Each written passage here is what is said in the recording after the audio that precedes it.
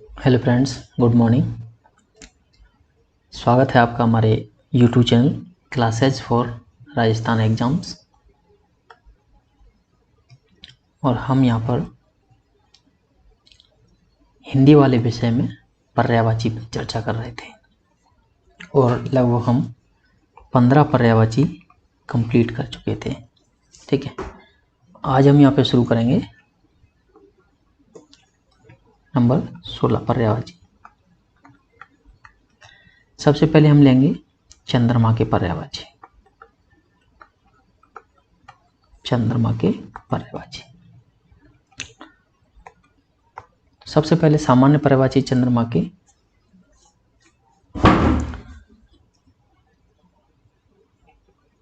जैसे हम चंद्र बोलते हैं, आम बोलचाल की भाषा में चंद्र, चांद है ना, चंद्र चांद, ये सामान्य पर्यायवाची होते हैं चंद्रमा के।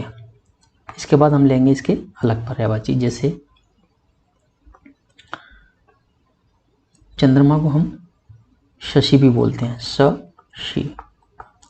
चंद्रमा को शशि क्यों बोलते हैं? सबसे पहले क्योंकि ये शब्द बना है सस प्लस ई, सस प्लस ई। इसमें सस का अर्थ होता है चंद्रमा पे जो काले धब्बे पाए जाते हैं, चंद्रमा पे जो काले धब्बे पाए जाते हैं उनको कहा जाता है शश। इसलिए शशि का अर्थ हुआ जिसमें काले धब्बे पाए जाते हैं।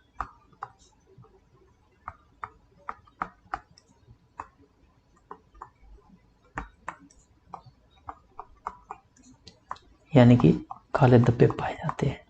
ठीक है, तो शशि का अर्थ हुआ काले धब्बे पाए जाते हैं, इसलिए इसको कहा जाता है शशि। दूसरा इसी तरह से एक है शशांक। शशांक चंद्रमा का पर्यायवाची है। शशांक क्यों बोलते हैं इसको? शश माने चंद्रमा में जो काले धब्बे पाए जाते हैं उनको हम कहते हैं शश, प्लस अंक का अर्थ है गोद।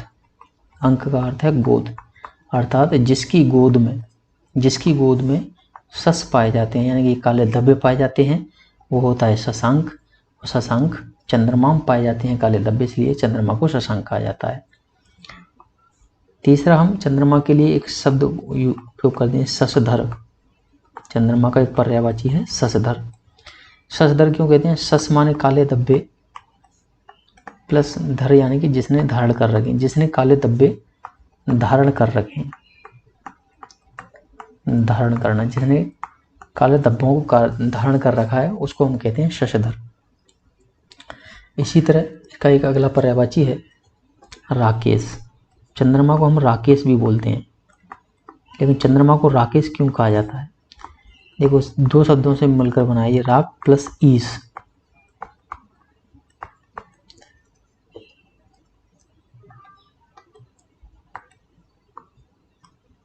दो शब्दों से मिलकर बना है चंद्रमा, राक प्लस ईस। राक का अर्थ है रात या रात्रि, रात्रि, और ईस का मतलब होता है यहाँ पर स्वामी। तो चंद्रमा को हम रात्रि का स्वामी कहते हैं क्योंकि ये रात को ही हमें नजर आता है, इसलिए रात्रि का स्वामी कहते हैं। और रात्रि का स्वामी कौन होता है? चंद्रमा होता है। इसलिए राकेश शब्द को चंद्रमा के पर्यायवाची के रूप में हम लेते हैं। चंद्रमा को रात्रि का स्वामी कहा जाता है, राकेश कहा जाता है, यानी कि रात्रि का स्वामी। चंद्रमा के लिए हम सुधांशु शब्द का उपयोग करते हैं, सुधांशु।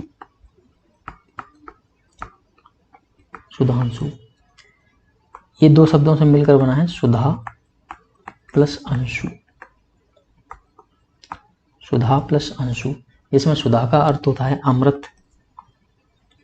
सुधा का अर्थ है अमृत, और अंशु का अर्थ होता है किरण।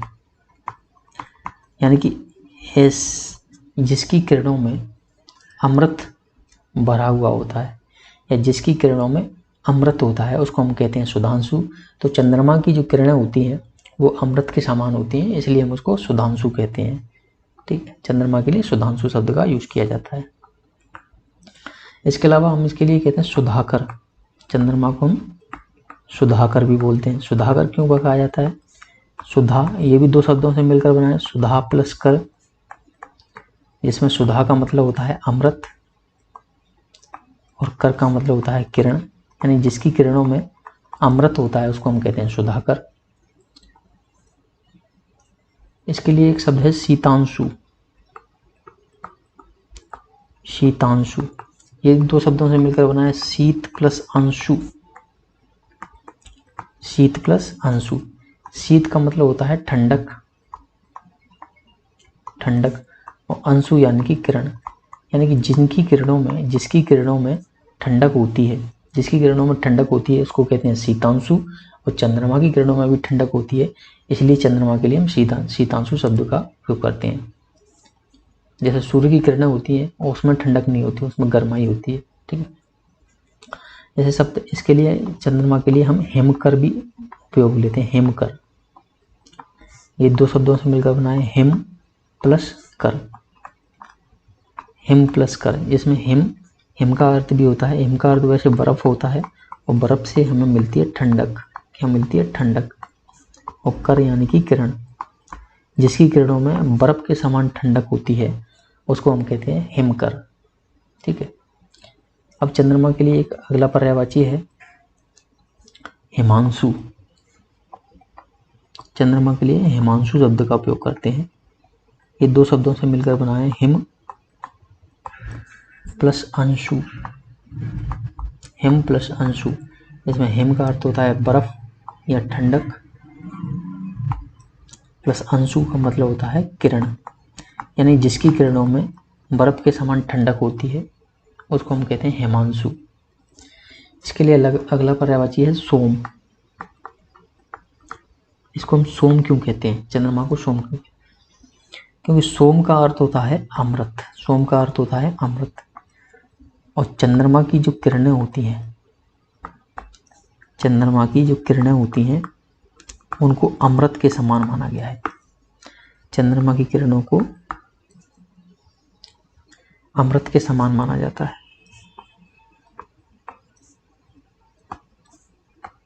अमृत के समान माना जाता है, इसलिए हम चंद्रमा के लिए सोम शब्द का भी उपयोग करते हैं। एक अगला पर्यायवाची है चंद्रमा के लिए मृगांक।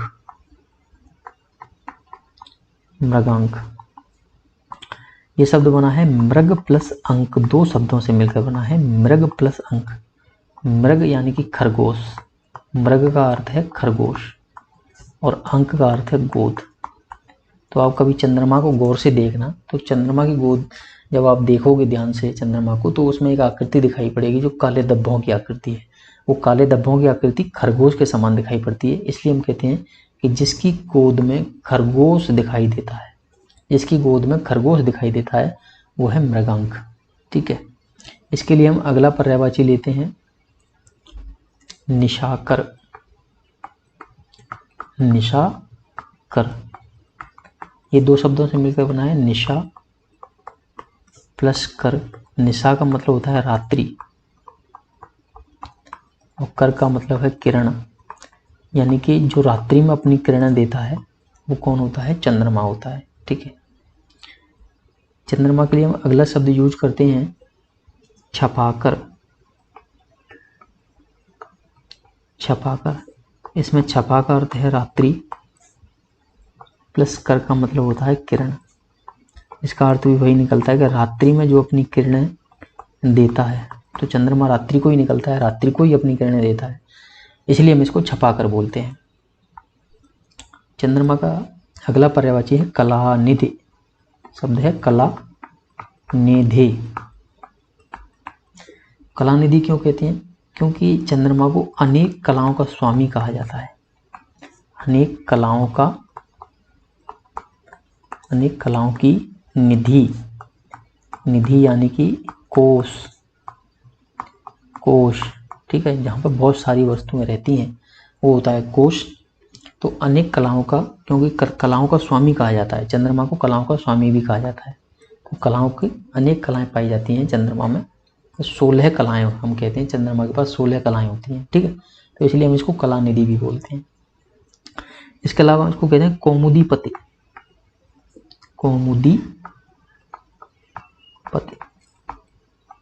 कौमुदीपति क्यों कहा जाता है? क्योंकि कौमुदी का अर्थ होता है चांदनी, कौमुदी का अर्थ होता है चांदनी, इसको चांदनी का स्वामी कहा जाता है। पति का अर्थ है स्वामी, पति का अर्थ है यहाँ पे स्वामी, ठीक है। तो चांदनी का स्वामी कौन है? चंद्रमा होता है। चांदनी का स्वामी चंद्रमा होता है। इसके अलावा हम इसको कहते हैं तारानाथ। चंद्रमा को हम तारानाथ भी कहते हैं।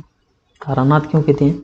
क्योंकि तारा प्लस नाथ है, नाथ का अर्थ है यहाँ पे स्वामी, क्योंकि सभी तारों का स्वामी कहा जाता है। चंद्रमा को सभी तारों का स्वामी कहा जाता है, इसलिए हम इसको तारानाथ भी बोलते हैं। इसके अलावा इसके लिए शब्द चंद्रमा का अगला पर्यायवाची है नक्षत्रेश। नक्षत्रेश क्यों कहा जाता है? क्योंकि नक्षत्र प्लस ईश, आकाश में जब आप ऊपर देखोगे तो आपको जो तारों की कई आकृतियां दिखाई देती हैं, जिन्हें हम नक्षत्र बोलते हैं, ठीक है। नक्षत्र का अर्थ तारे होते हैं, तो नक्षत्रों का स्वामी कहा जाता है इसको। ईश का अर्थ है यहाँ पे स्वामी, तो नक्षत्रों का स्वामी होता है, इसलिए इसको हम नक्षत्रेश भी बोलते हैं। अगला पर्यायवाची है इसका रोहिणी पति। रोहिणी पति, रोहिणी पति इसको क्यों कहा जाता है?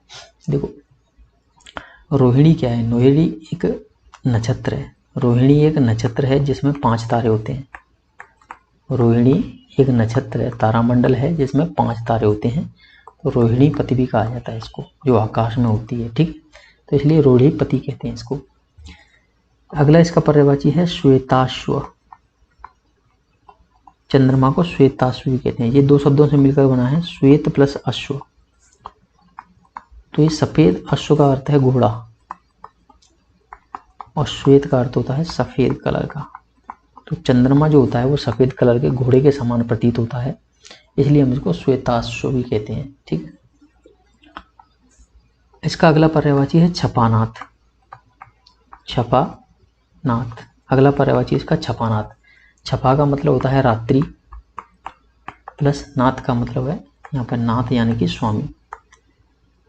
नाथ का अर्थ है यहाँ पर स्वामी, तो इसको रात्रि का स्वामी कहा जाता है। चंद्रमा को रात्रि का स्वामी भी कहा जाता है, इसलिए इसको छपानाथ कहते हैं। अगला इसका पर्यायवाची है मृगलांछन। मृगलांछन, मृगलांछन क्यों कहते हैं? क्योंकि देखो मृग का अर्थ है खरगोश, मृग का अर्थ है खरगोश, प्लस लांछन का मतलब होता है कलंक या धब्बे।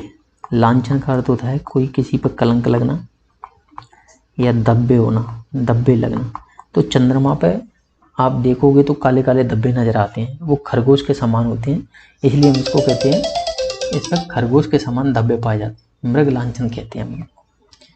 अगला है इसका पर्यायवाची मृगलांछन के बाद में द्विज। द्विज कहते हैं चंद्रमा को। द्विज क्यों कहते हैं? द्विज का अर्थ होता है 2 बार जन्म लेने वाला। 2 बार जन्म लेने वाला, 2 बार जन्म लेने वाले को हम कहते हैं द्विज, ठीक है। तो चंद्रमा देखो शाम को निकलता है, सुबह गायब हो जाता है, फिर निकलता है, फिर गायब हो जाता है, इसलिए एक बार डूबने के बाद में दोबारा निकलता है, दोबारा जन्म लेता है, इसलिए हम इसको कहते हैं द्विज, यानी कि 2 बार जन्म लेने वाला। इसलिए द्विज के साथ में इसको द्विजराज भी कहते हैं। जितने भी द्विज हैं संसार में, जितने भी 2 बार जन्म लेने वाले जो भी वस्तुएं हैं, उन सब का राजा है ये द्विज राज। द्विज प्लस राज, 2 बार जन्म लेने वालों का राजा है। इसके अलावा इसका पर्यायवाची है अमृता निधान। इसका पर्यायवाची है अमृता निधान। अमृता निधान इसको क्यों कहा जाता है? 2 शब्दों से मिलकर बनाई, एक तो है अमृत, दूसरा है निधान। निधान का अर्थ होता है भंडार। जहाँ पर अमृत का भंडार है, तो चंद्रमा होता है, उसकी जो किरणें होती हैं वो हम कहते हैं कि अमृत के समान होती हैं, इसलिए इसको अमृता निधान भी कहते हैं। यहाँ पे अमृत का भंडार पाया जाता है। अगला पर्यायवाची है चंद्रमा का राकापति। राकापति, राख यानी कि रात्रि,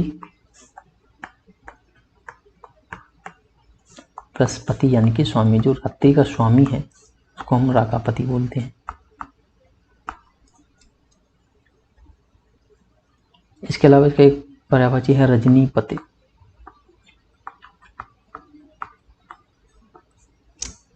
रजनी का अर्थ भी होता है रात्रि,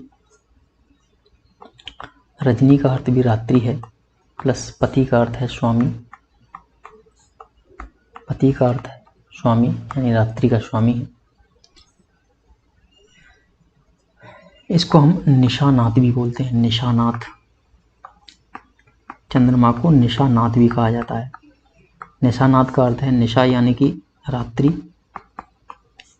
निशा का अर्थ है रात्रि, प्लस नाथ का अर्थ है यहाँ पे स्वामी। तो रात्रि का स्वामी कहा जाता है इसको, इसलिए इसको निशानाथ भी कहते हैं।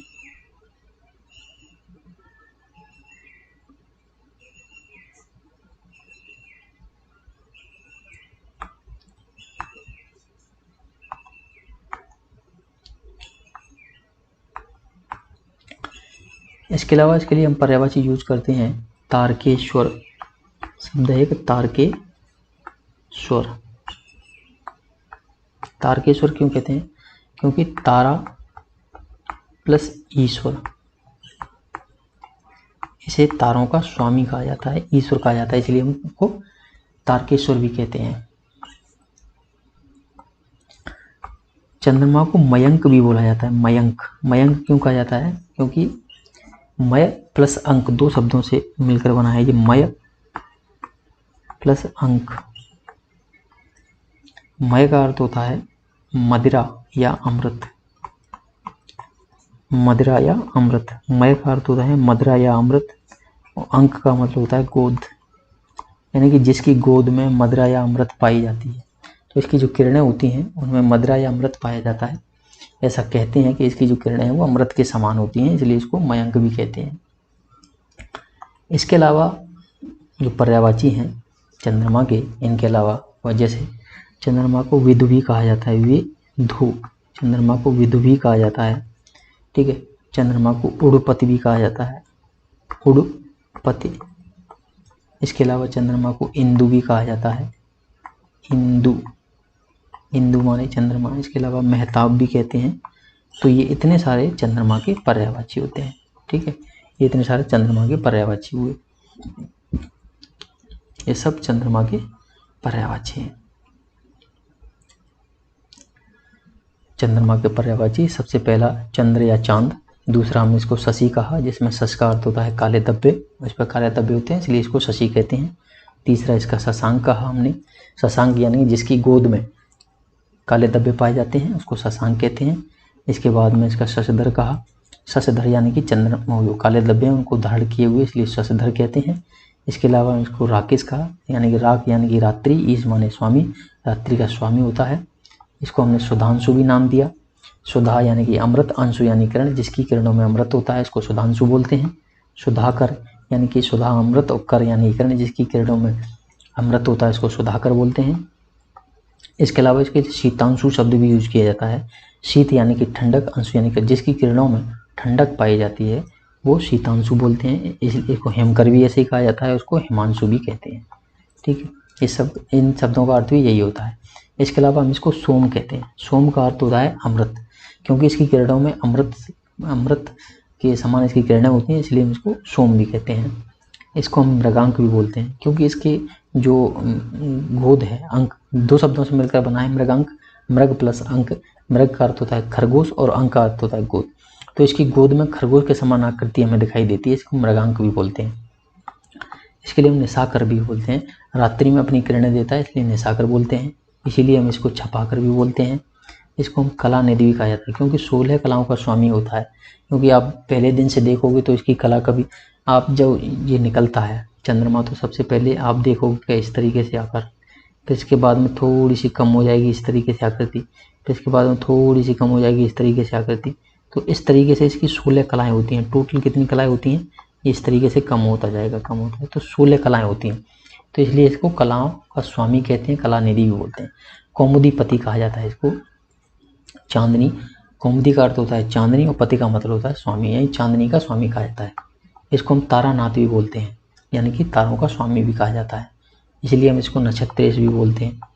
इसी प्रकार इसको रोहिणीपति भी बोलते हैं। इसको श्वेताश्व कहा जाता है, यानी कि श्वेत का मतलब होता है सफ़ेद, अश्व यानी घोड़ा, सफ़ेद घोड़े के समान नजर आता है चंद्रमा आकाश में। इसके अलावा इसको छपानाथ भी कहते हैं। मृग लांछन, यानी कि इसकी गोद में हमें लांछन जो धब्बे हैं वो खरगोश के समान दिखाई देते हैं। इसको हम द्विज, यानी 2 बार जन्म लेता है, द्विज कहते हैं इसको। साथ ही साथ इसको द्विज राज भी कहा जाता है, अमृता निधान कहते हैं इसको। इसको राकापति और रजनीपति भी कहा जाता है, क्योंकि ये रात्रि का स्वामी होता है इसलिए। इसके बाद इसको निशानाथ भी कहते हैं, रात्रि का स्वामी होता है। तारकेश्वर, तारों का स्वामी होता है। मयंक, यानी इसकी गोद, जो इसकी गोद होती है इसमें हम कहते हैं अमृत भरा हुआ होता है, कि मयंक भी कहते हैं। इसके अलावा इनको विदु भी कहा जाता है, उडुपति, इंदु और मेहताब भी हम इसको बोलते हैं। इसके अलावा हम अगला पर्यायवाची लेते हैं अभी। अगला पर्यायवाची है अपना नंबर 17, जिसको आँख, आँख के पर्यायवाची। अभी हम यहाँ पे लेंगे आँख के पर्यायवाची, ठीक है।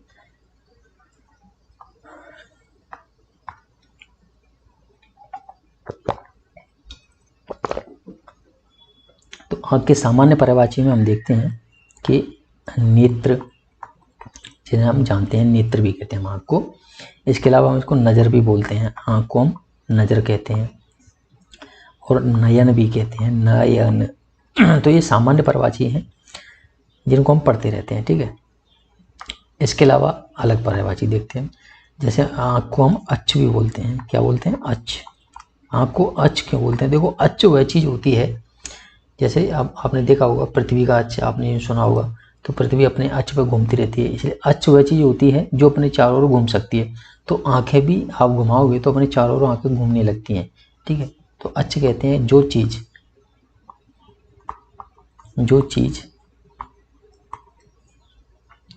अपने चारों ओर घूम सकती है, जो चीज़ अपने चारों ओर घूम सकती है, जो चीज़ अपने चारों ओर घूम सकती है, हम उसको बोलते हैं, वो क्या है? वो अच्छ होती है, ठीक है। इसके अलावा अच्छ के सामान्य हम इसको अच्छी भी बोलते हैं। अच्छी का भी यही अर्थ होता है, ठीक है। जो चीज़ अपने चारों ओर घूम सकती है उसको हम अच्छी भी बोलते हैं। हम इसको लोचन भी कहते हैं, आँख को हम लोचन भी कहते हैं। लोचन क्यों कहते हैं? देखो, लोचन का वास्तविक अर्थ होता है देखने की क्रिया, देखने की क्रिया। लोचन का अर्थ होता है देखने की क्रिया। देखने की क्रिया किसके द्वारा की जाती है? आँख के द्वारा की जाती है, इसलिए हम आँख को, लोचन को आँख का पर्यायवाची कहते हैं, ठीक है। इसके अलावा कुछ इसके अलग पर्यायवाची होते हैं, जैसे आँख को हम चक्षु भी बोलते हैं, चक्षु। आँख को हम दृग भी बोलते हैं, दृग। और आँख को हम चश्म भी बोलते हैं, चश्म, ठीक।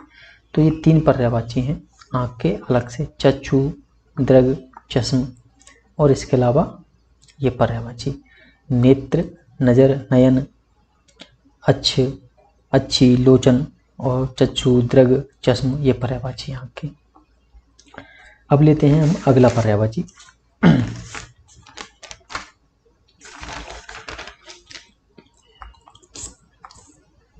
जैसे आँख से ही संबंधित एक पर्यायवाची है, वो है आंसू। पर्यायवाची है आंसू, ठीक है। आंसू के पर्यायवाची देखते हैं। तो देखो, आंसू को कहा जाता है नेत्र जल।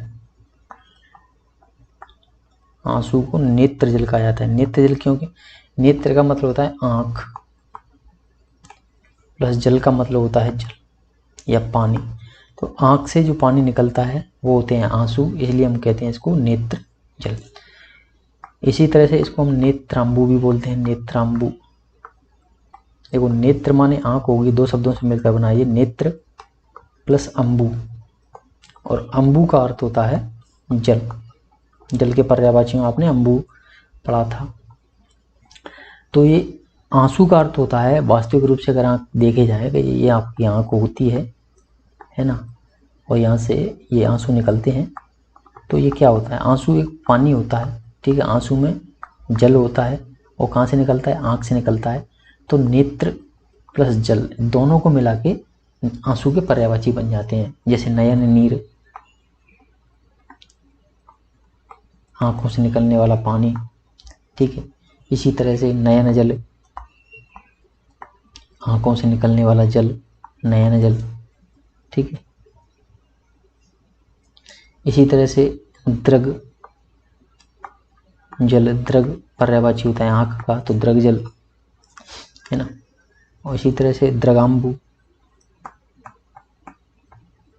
द्रगाम्बु भी कहा जाता है। द्रग यानी कि आंख और अम्बु यानी कि जल, तो ये बन गया दोनों का द्रगाम्बु, आंख से जो जल निकलता है द्रगाम्बु। इसके अलावा नेत्र नीर, इसको नेत्र नीर भी कहा जाता है, आंखों से निकलने वाला पानी नेत्र नीर हो गया। इसके अलावा नेत्र वारी भी कहते हैं इसको, नेत्र वारी, यानी वारी का मतलब होता है जल और नेत्र माने आंखें। तो आंखों से निकलने वाला जो जल होता है, नेत्र यानी कि आंख, प्लस वारी का अर्थ होता है जल, ठीक है। तो नेत्र से निकलने वाला जल होता है उसको नेत्रांबु बोलते हैं। तो ये होते हैं आपके आंख के पर्यायवाची। इसके अलावा हम एक पर्यायवाची लेते हैं आज, एक पर्यायवाची हो रहा है राजा का पर्यायवाची। राजा, राजा के पर्यायवाची पे चर्चा करते हैं। तो सबसे पहले हम पर्यायवाची लेंगे राजा का। राजा के लिए एक शब्द यूज होता है, जैसे राजा को हम कहते हैं भूप, राजा का पर्यायवाची होता है भूप। भूप क्यों कहते हैं, देखो भू का मतलब होता है भूमि, भूप का मतलब भूमि, और प का मतलब होता है पति, ठीक है। जो भूमि का स्वामी होता है पति होता है। राजा लोग होते थे, राजाओं का अपनी जितनी भी, जो राजाओं के अंडर में जो भी राज्य क्षेत्र होता था उस पूरे का वो स्वामी होता था, ठीक है। इसलिए उसको भूप कहते हैं। भूप यानी कि भूमि का स्वामी, राजा के अंदर में जो भी भूमि आती थी उसका स्वामी होता था, तो भूप कहते थे। भूपाल, तो भू का मतलब हो गया स्वामी, और प्लस पाल का अर्थ यहाँ पे हुआ पालक। जो भी भूमि उसके अंडर में आती थी उसका वह पालक होता था, ठीक है, यानी कि उसको पालने वाला होता था, ठीक है। इसलिए उसको हम बोलते हैं भूपाल, यानी भूमि को पालने वाला। तीसरा हम इसको भूपति भी बोलते हैं। भू यानी कि भूमि, भू का मतलब भूमि, प्लस पति यानी कि स्वामी, ठीक है। भूमि का स्वामी भी कहा जाता है इसको। इसके लिए हम महीप शब्द भी यूज करते हैं। महीप, देखो महीप शब्द दो शब्दों से मिलकर बना है, मही प्लस प। इसमें मही का मतलब होता है पृथ्वी, मही किसका पर्यायवाची है, पृथ्वी का, ठीक है। और प यानी कि पति अर्थात स्वामी, अर्थात स्वामी, तो पृथ्वी का स्वामी। कई बार आपने देखा हो जो राजा होते थे एक महीप की उपाधि धारण करते थे, यानी वो पूरे पृथ्वी को उन्होंने विजित कर लिया और वो उसके स्वामी बन गए, तो इसलिए महीप यानी कि पृथ्वी का स्वामी। इसी तरह महीप की तरह बना है महीपाल। मही यानी कि पृथ्वी का पालक। जब पृथ्वी का स्वामी बन जाते थे वो, तो उसका एक पालक के रूप में भी उसको पालते थे पृथ्वी को। हम इसको राजा के लिए नृप शब्द का भी यूज करते हैं। नर दो शब्दों से बना है। नर, नर का मतलब होता है यहाँ पर यानी कि नर यानी कि मानव,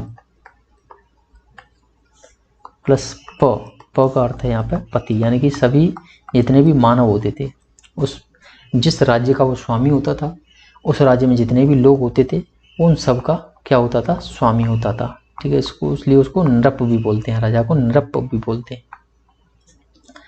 इसके लिए नृप के अलावा नृपति, नृपति का भी यही अर्थ है, सभी जो भी लोग हैं उनका स्वामी होता था वो। नरेश, राजा के लिए हम नरेश शब्द का भी यूज करते हैं। फला जैसे आपने कहा जोधपुर नरेश, जयपुर नरेश, तो नरेश शब्द होता है नर प्लस ईश, ठीक है। जितने भी नर हैं, जितने भी मानव होते थे उनके राज्य क्षेत्र में, उन सब का वो स्वामी होता था, इसलिए हम उसको नरेश कहते थे, ठीक है। नरेश के अलावा हम इसको नरेंद्र भी कहते थे। नरेंद्र। ये दो शब्दों से मिलकर बना है नर प्लस इंद्र। नर यानी कि मानव, इंद्र होते थे देवता। ठीक है, तो जो भी साधारण मनुष्य होते थे, जो भी प्रजा होती थी राजाओं की, उन सभी के लिए वो देवता के समान होते थे, इसलिए उनको नरेंद्र भी कहा जाता था। इसके अलावा भूमिपति भी कहते थे, यानी कि सारी भूमि के स्वामी होते थे। भूमि का स्वामी होने के कारण उनको भूमिपति कहा जाता था। ठीक है, अगला पर्यायवाची इसके लिए नरपति। नर यानी कि मानवों का स्वामी, जो भी मानव होते थे, मानव का स्वामी होने के कारण इसको नरपति भी कहा जाता था। को नरपाल भी कहते थे, यानी जो भी मानव इसके अधीन होते थे राजाओं के, जो भी मानव होते थे, तो मानवकों का ये पालक भी होता था। ठीक है, पालने पोसने की जिम्मेदारी भी किसकी होती थी? राजा की होती थी, उनका ध्यान रखने की जिम्मेदारी। अगला पर्यायवाची है राजा का, इसको नर नाह भी कहते थे। नर नाह, नर नाह क्यों कहते? नर का मतलब होता है मानव, प्लस नाह का मतलब होता है स्वामी, या हम इसको नाथ भी बोलते हैं, नर नाथ, यानी जितने भी मानव होते थे उनका स्वामी होता था, इसलिए उसको नरनाथ भी कहते थे। इसके अलावा राजा के लिए हम एक शब्द यूज करते हैं राव। ठीक है, तो ये राजा का पर्यायवाची राव भी होता है।